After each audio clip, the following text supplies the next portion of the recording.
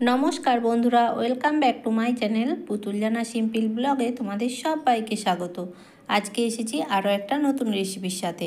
আজকে আমি বানাবো বেগুনের একটা খুব মজাদার রেসিপি। তোমরা বাড়িতে কিছু না সবজি থাকলেই, শুধু বেগুন থাকলেই এইরকমভাবে সবজিটা বানিয়ে খেতে পারো। এই সবজিটা ভাত বা রুটি সব কিছুর সাথেই খুব ভালোভাবে খাওয়া যায়। রেসিপিটা বানানোর জন্য আমি কি কি উপকরণ নিয়েছি চলো তোমাদেরকে একবার দেখিয়ে দিই। এখানে আমি বেগুন নিয়েছি 250 গ্রাম পরিমাণে। তোমরা এটা ছোট বেগুন দিয়েও বানাতে পারো আর বড় বেগুন দিয়েও বানাতে পারো। আর এখানে আছে রসুন কুচি। রসুনটাকে দেখো আমি একটু বড় বড় করে কুচিয়ে নিয়েছি।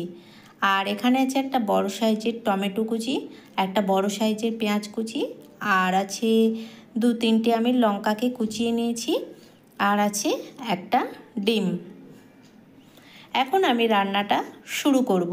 এখানে দেখো গ্যাসের মধ্যে কড়া বসিয়ে দিয়েছি, আর কড়ার মধ্যে এখন দিয়ে দিলাম পরিমাণ মতো তেল। তেলটা খুব ভালোভাবে গরম হয়ে গেলে তেলের মধ্যে আমি দিয়ে দেবো 1/2 চামচ পরিমাণে লবণ আর দেবো 1/2 চামচ পরিমাণে হলুদ গুঁড়ো। এখন আমি তেলের মধ্যে দিয়ে দেবো কেটে রাখা বেগুনগুলো। বেগুনগুলো তেলের সাথে দিয়ে খুব ভালোভাবে নেড়ে চেড়ে নেব, তাহলে হলুদ আর লবণ বেগুনের মধ্যে খুব ভালোভাবে সেট হয়ে যাবে। এখন বেগুনগুলোকে আমি ভাজতে থাকবো।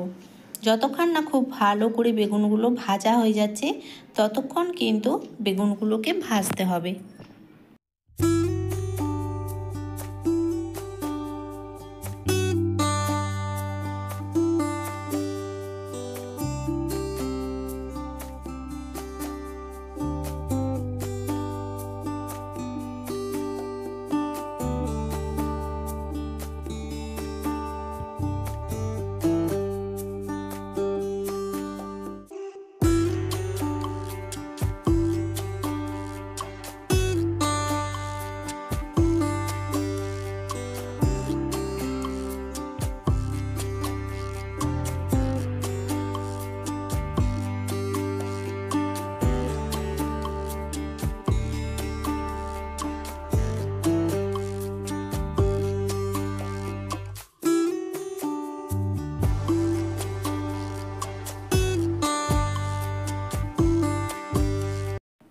বেগুনগুলোকে আমি খুব ভালো করে ভেজে নিয়েছি, আর বেগুনটা কিন্তু খুব ভালোভাবে সেদ্ধ হয়ে গেছে। এখন তেল থেকে বেগুনগুলোকে তুলে নিয়েছি। ওই কড়ার মধ্যে দিয়ে দিলাম আরও কিছুটা পরিমাণে তেল। এবার ফোড়ন হিসেবে দেবো গোটা জিরে। জিরেটা দিয়ে জিরেটাকে তেলের সাথে খুব ভালো করে ভেজে নিতে হবে। জিরেটা তেলের সাথে খুব ভালো করে ভাজা হয়ে গেছে। এখন দিয়ে দিলাম কুচিয়ে রাখা রসুন। রসুনগুলোকেও তেলের সাথে খুব ভালো করে ভেজে নিতে হবে। এবারে আমি এর মধ্যে দিয়ে দেবো কোচানো পেঁয়াজ। পেঁয়াজটাকে তেলের সাথে হালকা ভেজে নিতে হবে। হালকা ভাজা পর্যন্ত অপেক্ষা করব। হালকা এখানে দেখো পেঁয়াজটা ভেজে নিয়েছি। এখন আমি এর মধ্যে দিয়ে দেবো কুচিয়ে রাখা কাঁচা লঙ্কা, আর দিয়ে দেবো 1/2 চামচ পরিমাণে হলুদ গুঁড়ো, 1/2 চামচ পরিমাণে লঙ্কা গুঁড়ো, আর দিয়ে দেবো 1/2 চামচ পরিমাণে ধনিয়া গুঁড়ো, আর 1/2 চামচ পরিমাণে জিরে গুঁড়ো। আর আমি এখন এর মধ্যে জল দেবো না, এর মধ্যে আমি টমেটো কুচোনাগুলো দিয়ে দেবো। এখন মশলাগুলোকে খুব ভালো করে কষিয়ে নিতে হবে। আর এখন মশলার মধ্যে কিন্তু নুনটা পরিমাণ মতো তোমাদেরকে দিয়ে দিতে হবে। মশলাগুলো খুব ভালো করে এখন কষিয়ে নিতে হবে। মশলাটা কষানো হয়ে গেলে মশলাটা এক সাইড করে ওই কড়ার মধ্যেই আমি ডিমটাকে ভুজিয়া বানিয়ে নেব।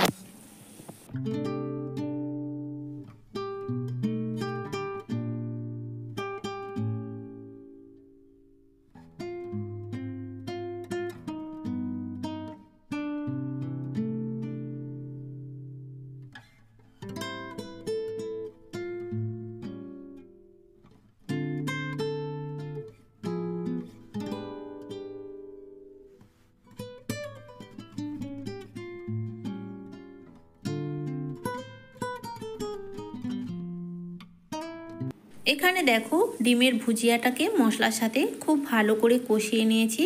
এখন এর মধ্যে দিয়ে দিলাম হাফ কাপ পরিমাণে জল।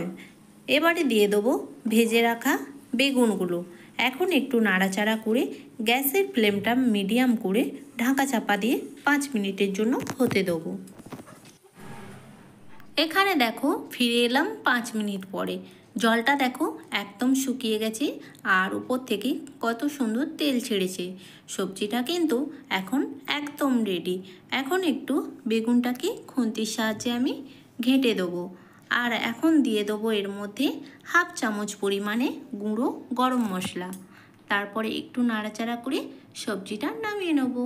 একদম রেডি গরম গরম বেগুনের রেসিপি। এই রেসিপিটা তোমরা সব কিছুর সাথেই খেতে পারো। রুটি পরোটার সাথে তো জাস্ট জমে যাবে, আর গরম ভাতের সাথেও কিন্তু অসাধারণ লাগবে।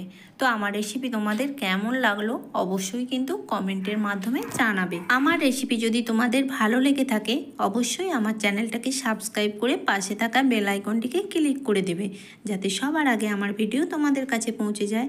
আর একটা লাইক কমেন্ট শেয়ার করে দিও। তো আজকের মতো এখানেই টাটা। সবাই ভালো থেকো, সুস্থ থেকো।